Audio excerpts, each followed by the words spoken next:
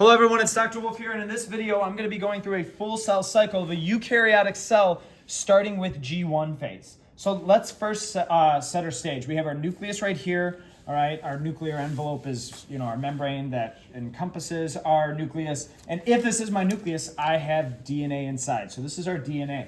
Specifically, our DNA, this yarn, which is it's being modeled, is in the form of chromatin. Now, this is the form that DNA is normally in when our cells are just normally functioning. All right, going a little bit more into detail, the way chromatin is accomplished is, yes, it's DNA, but it's also wrapped around these proteins called histones, and that allows the DNA to be packaged in, but also plenty of room for that DNA to be read, all right, where it could be, that message could be made into mRNA to be sent out to the ribosomes to make a protein. All right, so here we have DNA. It's in the form of chromatin. Where's my chromatin card? All right. And we are in G1 phase. All right. And it's very possible that a cell could also go to G0 phase. This is if the cell just is not planning on dividing. So this would be a great example of like a nerve cell, right? It's still doing its tasks. It's still using energy. It's still using its DNA, but it's not planning on dividing.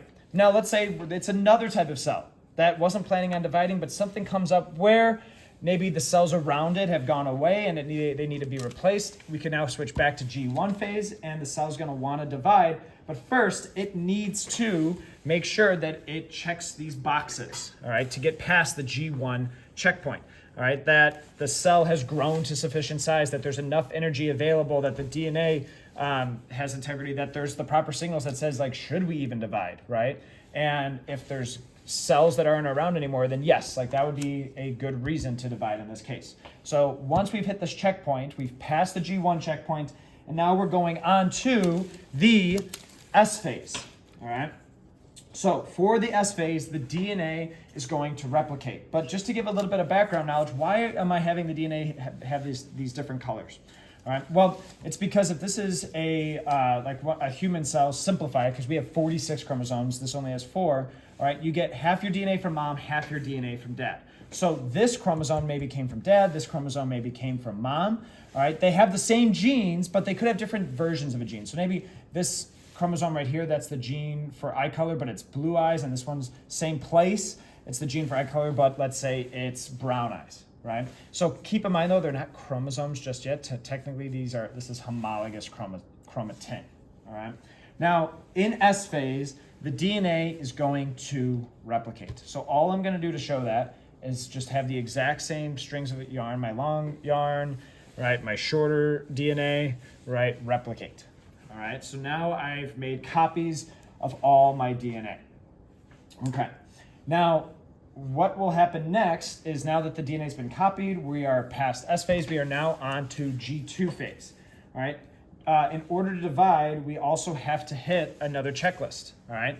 Was DNA replication completed, and was it completed well, where the DNA looks good, all right? And is the cell has sufficient size, have enough organelles, right, when it splits, and enough energy to go through this intensive process of mitosis.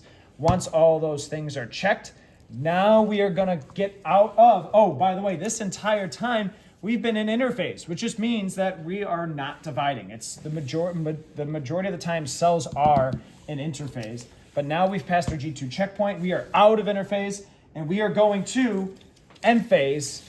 We're going to do mitosis. All right. So what's going to happen here is the first stage, or now we're doing mitosis. We could also call this cell a parent cell. All right, it's going to form 2 daughter cells. All right, and in our first stage of mitosis, M phase, is prophase. All right, and in prophase, all right, we are going to have our nuclear envelope start to, all right, disintegrate. All right, a little bit. All right, our mitotic spindle, our microtubules right here, are going to start to move to opposite ends of the cell. All right. And importantly, all right, chromosomes, all right, are going to start to form. We're no longer going to be our DNA is no longer going to be in the form of chromatin. It's going to be in the form of chromosomes, all right? So one of these strings, let's say like this, right, is just going to tightly pack its DNA and become that. But remember, DNA replication occurred, so we have 2 of them now, right? So same thing over here, and same thing over here. All right, So now we have our chromosomes. Where's my homologous chromosomes card? All right, right here. So these are my homologous chromosomes. Now, technically, there's 2 of each, right? Because we went through DNA replication. So we're going to call these sister chromatids, right? These are literally just exact copies of DNA. Sister chromatid, sister chromatid, sister chromatid, sister chromatid. Okay. So we're still in prophase, all right? And have we hit everything? Oh, a couple other things. These things in the middle, these are called centromeres. The centromeres are just where the sister chromatids specifically attach. And there's other proteins that kind of keep them together like this as well, all right? But these are our centromeres, okay? So now we're getting out of prophase and we're moving on to metaphase. At this point, all right, prophase has progressed, our nuclear envelope is completely disintegrated, all right? And our mitotic spindle's over here. All right, and in metaphase, our chromosomes are going to line up like this. All right, at what's called the metaphase plate. So this isn't an actual plate, but it's just kind of this like imaginary line where all our chromosomes are lining up. All right. So then what we also have here is our spindle is going to come by, it's going to attach, and I'm realizing now I did not make enough spindles. So let's just say that there's another spindle over here, right? Okay, so our spindle is going to attach to essentially our centromeres. Now specifically, these orange things, these are going to be called our kinetochores, all right?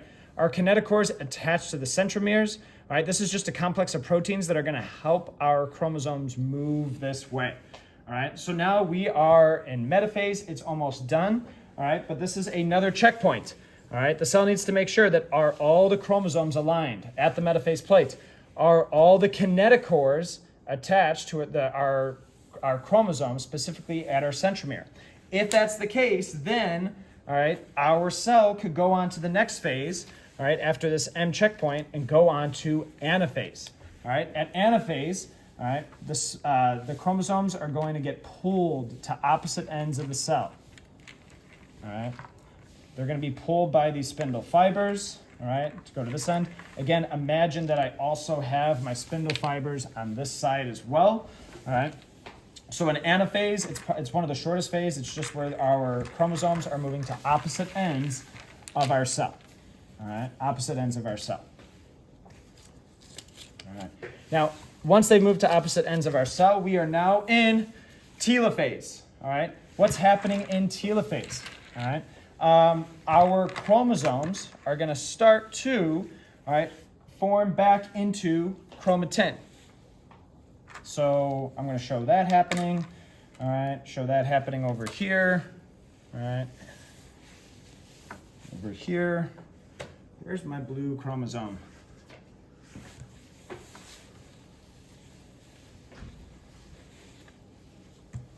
All right. And over here, all right, and same thing would happen with green, so I'm going to just kind of show that we're like kind of in the process right now.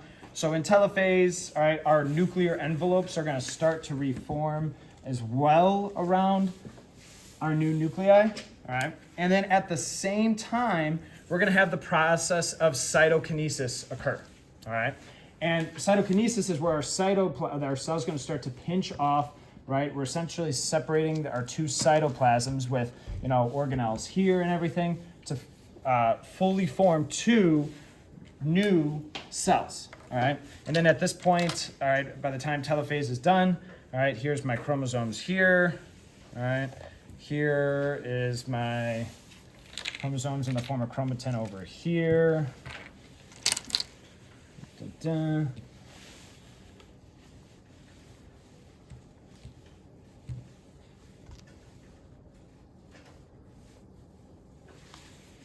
All right, and there's a small one there as well. You just can't see it as easily. It's a little bit messy. Here's the important thing: is if we compare ourselves to the beginning of this video to the end, they're completely the same. They're genetically identical, right? Same exact DNA. We just made copies and then made 2 new cells. All right. So now the fact that we're done with mitosis, we are back. I can't find the card, but we are back in G1 phase. We are right back where we started. All right. The one last thing, why? Why would a cell do mitosis? What are the 4 purposes?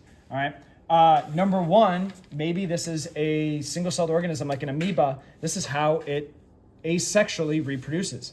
All right. Let's say maybe that the cell is going to, an organism is going to do this to grow. Right? Maybe it's to repair damaged cells. And then also, let's say the cell's growing, but it's just not as efficient at getting nutrients because it doesn't have as high of a surface area to volume ratio. It's helpful to do mitosis to shrink down again to become more efficient. Thanks for watching. Oh, wait. Our resulting cells are daughter cells.